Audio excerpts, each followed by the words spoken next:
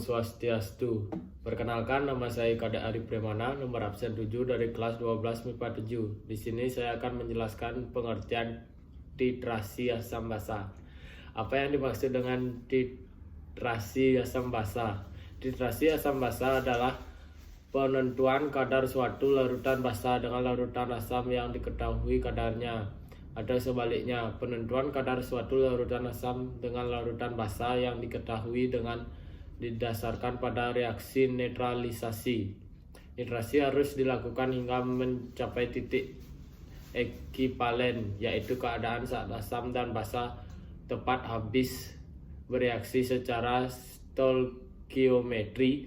Titik ekivalen umumnya dapat ditandai dengan perubahan warna dari indikator. Sementara itu, keadaan saat titrasi harus dihentikan tepat pada saat indikator menunjukkan perubahan warna disebut titik akhir titrasi.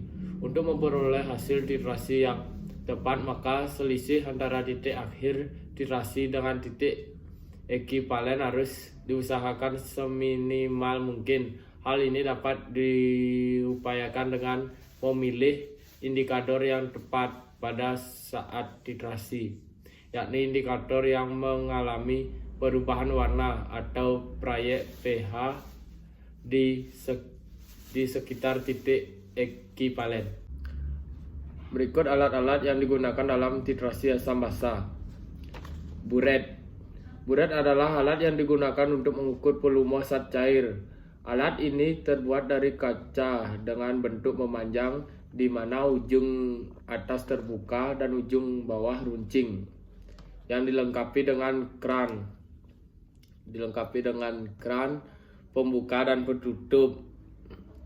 Dalam buret juga dilengkapi dengan skala yang teliti untuk mengukur volume larutan. Seperti yang telah dikatakan sebelumnya bahwa fungsi utama dari buret adalah untuk mengukur volume zat cair yang tepat. Oleh karena itu, hal buret digunakan dalam proses titrasi yang membutuhkan perhitungan volume dengan tepat. Buret mampu melakukan perhitungan perubahan volume dari reagen dalam titrasi. Selanjutnya ada statif dan klem. Adalah alat laboratorium yang tidak dapat dipisahkan begitu saja. Banyak metode pengujian laboratorium yang memerlukan bantuan alat ini seperti titrasi, destilasi, ekstraksi, dan reflux. Selanjutnya ada Labouen-Lemeyer. Fungsi Labouen-Lemeyer adalah untuk mencampur, mengukur, dan menyimpan cairan. Umumnya, Lemeyer terbuat dari kaca berasilikat sehingga tahan ketika dipanaskan. Ukuran Labouen-Lemeyer bervariasi mulai dari 50 sampai 500 ml. Selanjutnya ada fungsi gelas kimia.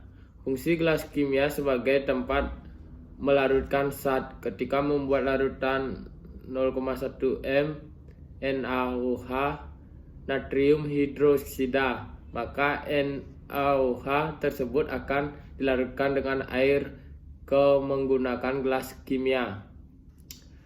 Selanjutnya ada gelas pengukur. Fungsi gelas ukur digunakan untuk mengukur volume cairan, sedangkan gelas kimia lebih digunakan sebagai wadah untuk menampung larutan.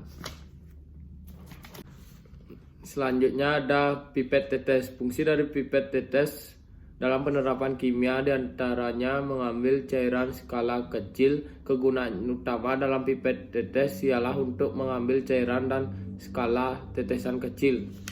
Selanjutnya ada corong. Fungsi corong apabila kalian sedang ingin memasukkan cairan atau bahan kimia, maka bisa menggunakan corong gelas. Hal ini penting untuk dilakukan agar bahan kimia tidak tumpah dan membahayakan diri kita. Proses titrasi asam basa. Ketika melakukan proses titrasi asam basa, ada beberapa persiapan yang harus kalian lakukan. Pertama-tama kalian harus memulai dengan persiapan buret. Cuci buret dengan sabun dan air, bilas dan alirkan dengan air sulit, kemudian bilas lagi menggunakan larutan titran. Pastikan tidak ada gelembung udara dan buret.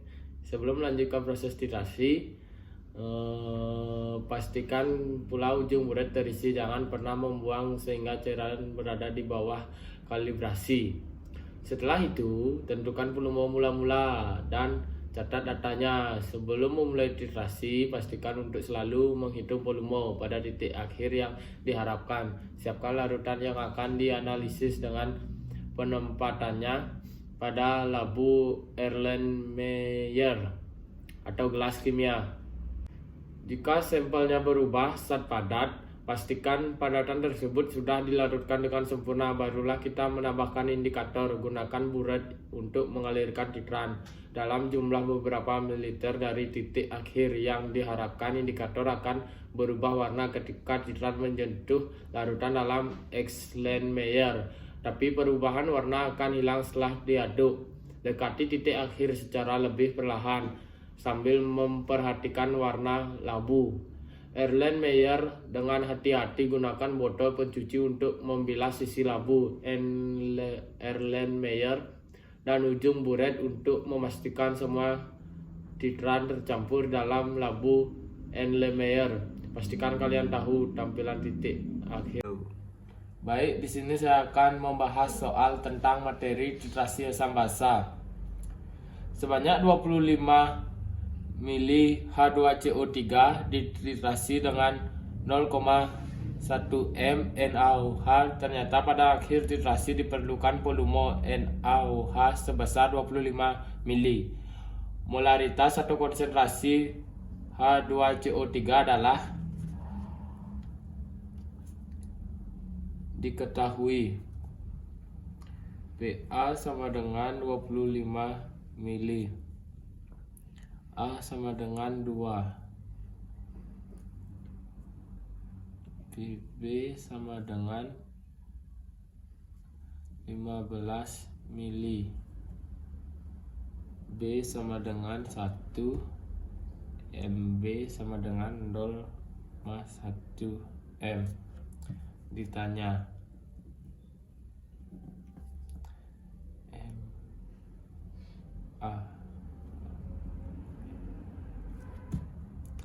M T A kali A sama dengan MB kali B di B. MA kali 25 di A sama dengan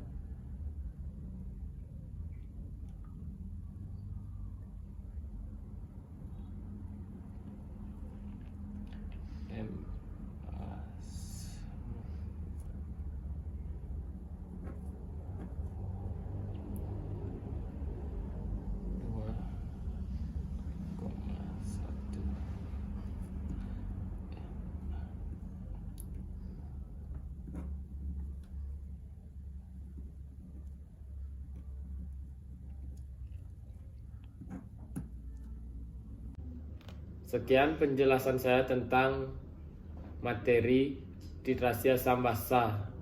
Akhir kata saya mengucapkan Om Santi Santi Santi Om.